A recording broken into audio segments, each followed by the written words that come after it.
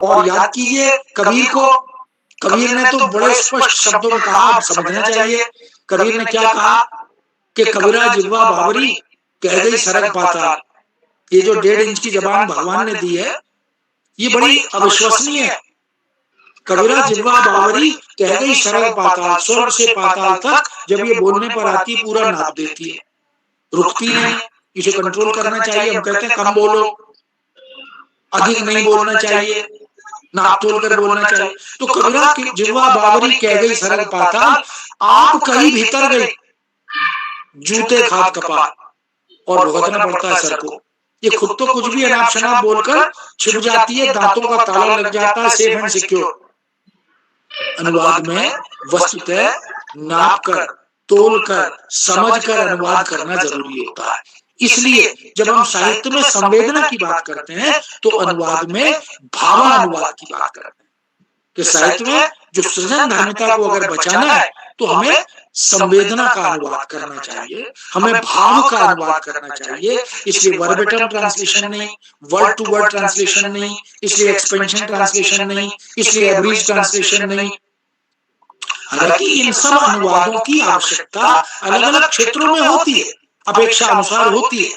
लेकिन जब हम क्रिएटिविटी की बात करते हैं, जब हम रचना धार्मिकता की बात करते हैं, जब हम साहित्य सृजन और अनुवाद को आमने सामने रखकर विचार करते हैं, तब हमें देखना चाहिए कि हम, समीर जी बैठे हैं, उन्होंने तो जीवन भर अनुवाद करवाया है दुनिया से, और ये जो साहित्यिक अनुवाद है यही नहीं, जो प्रशासनिक अनुवाद है, जो मीडिया का अनुवाद है, जो विज्ञान का अनुवाद है, उनमें भी क्रिएटिविटी चाहिए।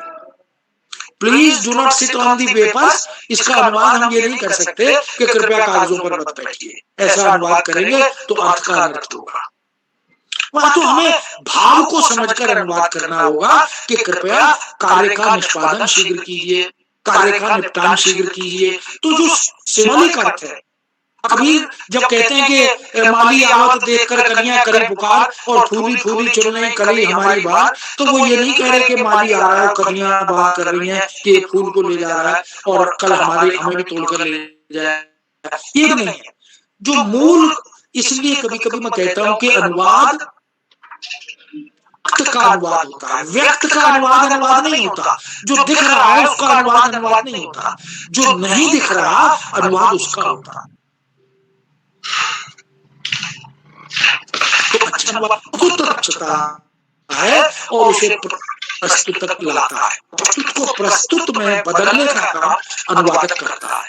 इसलिए अनुवादक को मूल रचना और रचनाकार के भीतर प्रवेश करना होता है, फिर भावलोक का मनन चिंतन अवलोकन करना होता है, फिर उसे आत्मसात करना होता है, फिर आत्मसात करने के बाद उसको प्रोडक्शन की या रिप्रोड्यूस करने की जो भट्टी है उसमें तपाना पड़ता है, और फिर से एक नए खाके में, एक नए रूप में, नए आकार में उसे रिप्रोड्यूस करना होता है। अंतरित करने की ये जो प्रक्रिया है ये साहित्य में भी होती है और ये अनुवाद में भी होती है। इसलिए मुझे लगता है कि सृजन धार्मिकता के परिप्रेक्ष्य में जब हम अनुवाद को देखें तो चाहे वो विधि का अनुवाद हो, चाहे वो ये ठीक है कि ये जरूरी नहीं, जैसे हम कभी कभी कहते हैं कि पत्रकारिता के क्षेत्र का अनुवाद करना है तो पत्रकार होना अच्छा है, आवश्यक है। ठीक वैसे ही जैसे हम कहते हैं कि यदि कविता का अनुवाद करना है तो कवि मन का होना अपेक्षित है। अगर आपके पास कवि हृदय ही नहीं है तो कविता का अनुवाद कैसे करेंगे? अनर्थ हो जाएगा। अगर हम कविता की मर्मज्ञता को, उसके मूल भाव को जान ही नहीं पाएंगे, और कविता होती क्या है, कविता के आयाम क्या है, कविता का स्वरूप क्या है, काव्य के अंग कौन कौन से हैं। अब अगर भाषा उसका एक अंग है और शब्द चयन उसका एक अंग है, तो मैं ये कहूंगा कि डिक्शनरी खोलेंगे तो हम अनुवाद करेंगे। अनुवादक तो सामान्यतः यही सोचता है कि डिक्शनरी खोलो और अनुवाद कर लो, लेकिन कोश जीवी अनुवाद अनुवाद नहीं होता। अनुभव जीवी और अभ्यास जीवी अनुवाद अनुवाद होता है। और ये जो अपने स्वानुभव से, जिसको कबीर कहते हैं कि ये तो घर है प्रेम का, खाला का घर नहीं, शीश उतारे हुई घर, तो ये घर में जाए। ये जैसे वो भक्ति की बात करते हैं कि ये खाला का घर नहीं है, खाला माने मौसी और मौसी माने मासी, जो माँ जैसी है उसके घर में जाने आने की कोई परमिशन नहीं चाहिए, जो मर्जी जब मर्जी चला जाए। लेकिन साहित्य में, भक्ति में, उसमें, अनुवाद में ऐसा नहीं है। पहले अपना सर उतार के बाहर रख दो, तब इस घर में प्रवेश पाने की पात्रता अर्जित करो। इसका मतलब क्या है कि अहंकार छोड़ दो, ईगो छोड़ दो। ये शीश उतारे वही धरे, इसका जो प्रतीकार्थ है वो ये है कि अपनी ईगो, अपना अहंकार, इसको निकाल कर रख दीजिए, तब आप अच्छे अनुवादक, अच्छे साहित्यकार, अच्छे भक्त बन सकते हैं।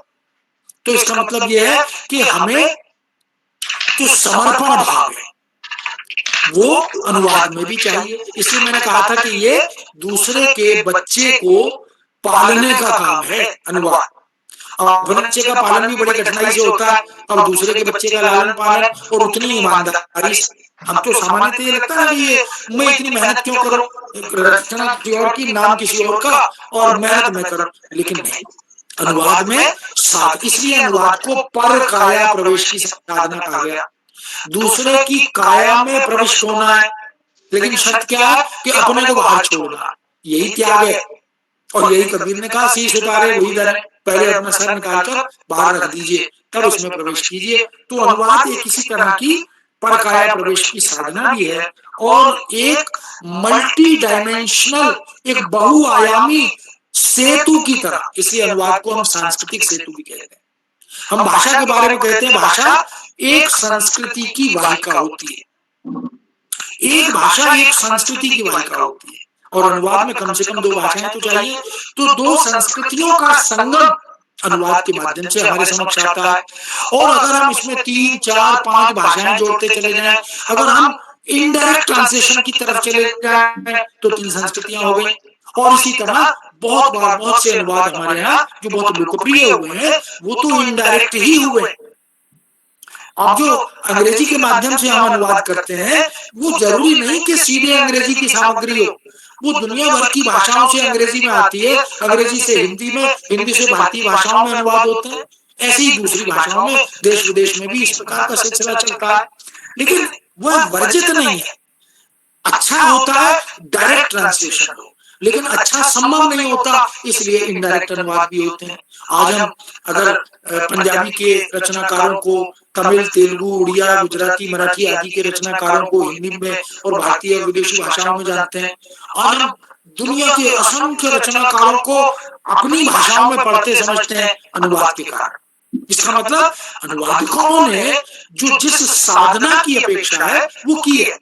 और आज तो चलो अनुवाद एक प्रोफेशनल डिसिप्लिन हो गया, एक ट्रेनिंग का विषय भी हो गया, शिक्षण प्रशिक्षण का भी हो गया। लेकिन जो प्राचीन युग के अनुवादक हैं वो तो साधक थे, उन्होंने तो बहुत अनुवाद किए, वेदों का, उपनिषदों का, पुराणों का, गीता का, बाइबल का, महाभारत का, कुरान शरीफ का, हमारे धर्म ग्रंथों का, हमारे सांस्कृतिक मूल्यों की जो रचना धर्मिता है उसका अनुवाद बहुत हुआ।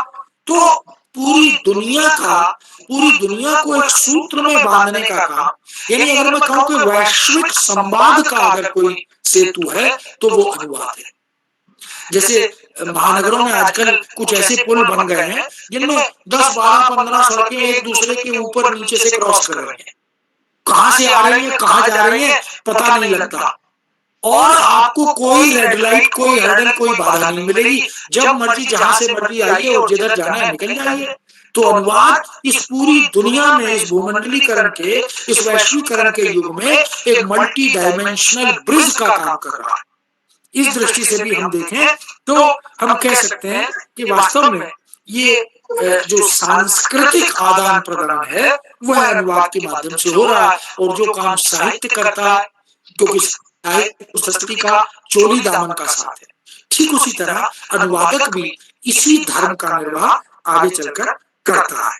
मित्रों, एक बहुत अच्छा प्रसंग दोहा मुझे याद आ रहा है, जो मध्यकाल के, उत्तर मध्यकाल के एक कवि बिहारी हैं, उन्होंने लिखा, तंत्रिनाद कवित रस सरस राग रतिरंग अन बूढ़े बूढ़े तरे जे बूढ़े सब। तंत्रिनाद यानी म्यूजिकल इंस्ट्रूमेंट, तबला, हारमोनियम, डफली, बांसुरी, कवित्त रस यानी कविता का रस, जिसको ब्रह्मास्वाद सहोदर कहा गया शास्त्र में। जो ईश्वर की भक्ति में आनंद आता है वो कविता में आनंद आता है, पर शर्त क्या है कि पात्रता चाहिए। जैसे हम कहते हैं ना रस का अधिकारी कौन, तो सहृदय। कोई गधा घोड़ा अधिकारी नहीं है, उसके लिए सहृदयता चाहिए, पात्रता चाहिए। तो तंत्रनाद कवित्त रस सरस राग, राग रागिनियां, संगीत में राग रागिनियां अगर आनंद लेना है तो उसमें भी पात्रता चाहिए। तानसेन ने राग गाया दीपक, तो दीपक जल गए। बैजू बावरा ने राग गाया तो पत्थर से धारा निकल गई। अब ये आज की दुनिया में विश्वास नहीं होता। क्यों? क्योंकि आज की दुनिया में जो नई पीढ़ी के बच्चे हैं उसमें, और जो पुरानी पीढ़ी के लोग हैं, समीर साहब जैसे और मेरे जैसे, उनमें क्या अंतर आ गया कि हम लोग साधना जीवी लोग हैं और नई पीढ़ी के लोग साधन जीवी लोग हैं। सारी सुख सुविधाएं मिली हुई है, साधना करना ही नहीं चाहते, हथेली पे सरसों उगाना चाहते हैं। अनुवाद साधना का विषय है, साधनों का नहीं। हम केवल कोशजीवी अनुवादक बनेंगे तो मक्षिका स्थानीय मक्षिका अनुवाद होगा। इसलिए वो जो कबीर का दोहा मैंने पढ़ा कि माली आवत देखकर कलियां करे पुकार, हमने इस दोहे का शाब्दिक अनुवाद नहीं करना, हमने इसकी आत्मा का अनुवाद करना है। इसलिए शब्द यदि शरीर है तो अर्थ उसकी आत्मा है, और दोनों एक दूसरे के पूरक है। जब हम साहित्यिक सृजन धर्मिता की बात करते हैं तो मृदुमंद मंद मंथर मंथर, ये जो म्यूजिक है, ये जो संगीत है, अनुवाद में इसको लाना बहुत कठिन, बहुत असंभव सा कार्य है। लेकिन अच्छा अनुवादक वो है जो ऐसा करके दिखाता है, और ऐसा हुआ है। तुलसी का एटकिंस ने जो अनुवाद रामचरितमानस का किया, हम देखें यथासंभव प्रयास किया है उस सुंदरता को बचाने का। 100% मैंने पहले कहा कि दुनिया का कोई आदमी नहीं कर सकता। स्वयं मैं अपनी रचना का वैसा अनुवाद नहीं कर सकता। इसको अज्ञे ने लिखा भी है। अज्ञे तो मल्टीलिंगुअल थे, कई सारी भाषाओं के विद्वान थे। उन्होंने हाइकू छंद, जो जापानी छंद है, छोटे छोटे 3-4 शब्द की एक कविता बन जाती है।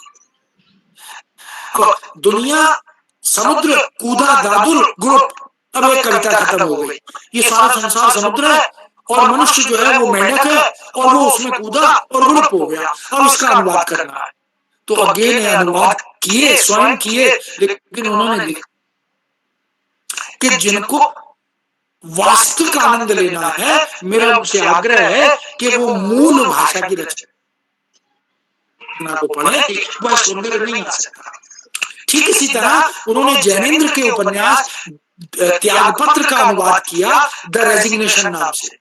उसकी भूमिका में लिखा कि मैं अपनी पूरी साधना से यह अनुवाद करने के बाद ईमानदारी से कह रहा हूं कि यदि मूल रचना का अनुवाद लेना है तो त्यागपत्र हिंदी में जरूर पढ़ें, क्योंकि मैं बहुत कुछ ऐसा है जो इसमें नहीं ला सका।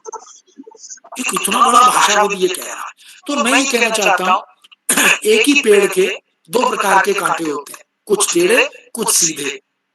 एक ही पेट से जुड़वा पैदा होने वाले एक से नहीं होते, चाहे वो 2 भाई बहनें हो, उनमें प्रकृति में, आचरण में, व्यवहार में, आस्वाद में अंतर रहता।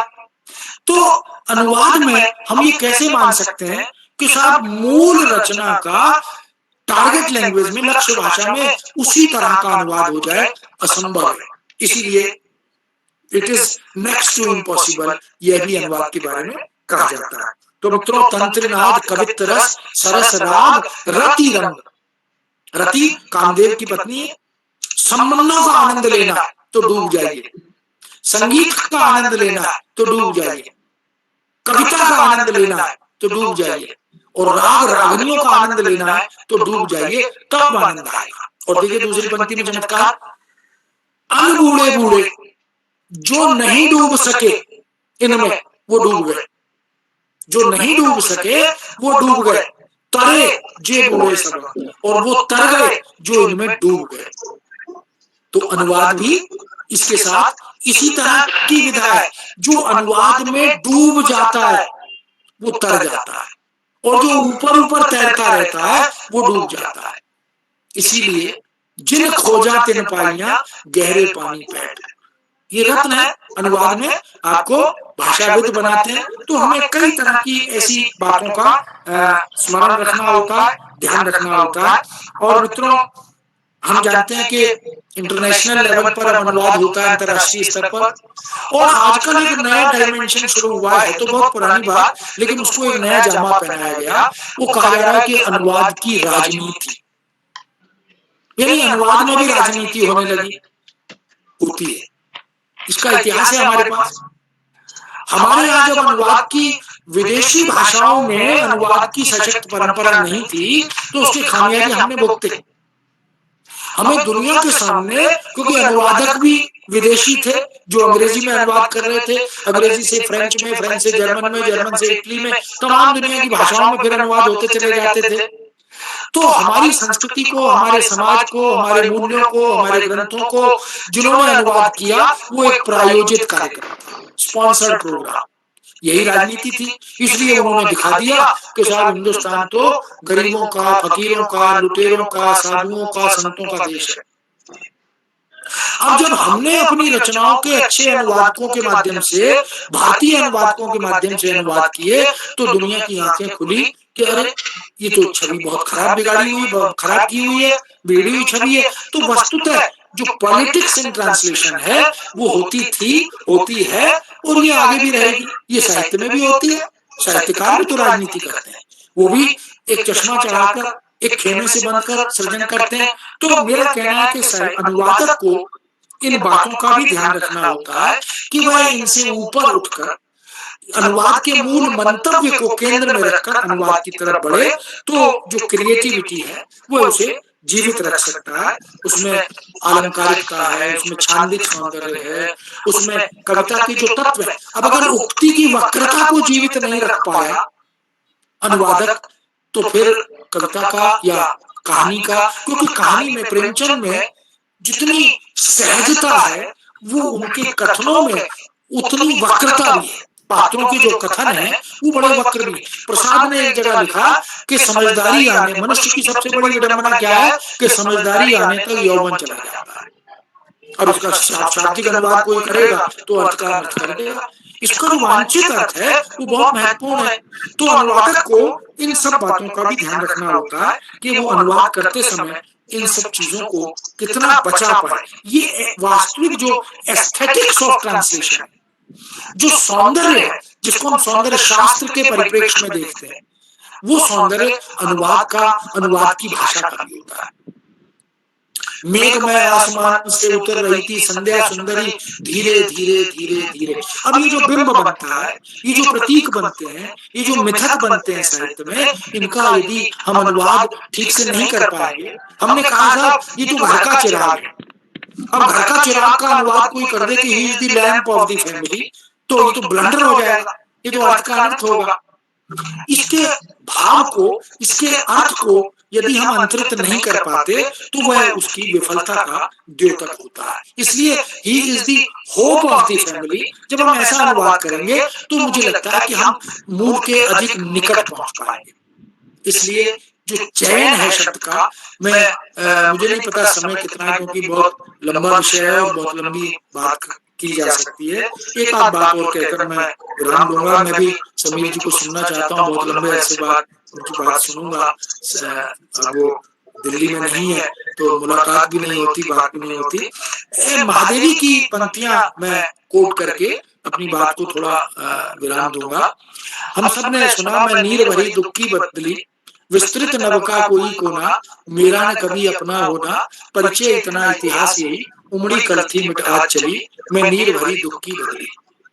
अब अगर अनुवाद केवल शब्द बदलने का नाम है, अनुवाद केवल कोश देखकर शब्द प्रति शब्द चुनकर अनुवाद करने का नाम है, तो मैं नहीं समझता कि साहित्य का अनुवाद किया जा सकता है, चाहे वो उपन्यास, नाटक, कहानी या कविता आदि। संस्मरण, रेखा चित्र, जीवनी आदि आदि कितने अनुभव लोग रचनाकार के होते हैं, वहां तक पहुंचना होता है।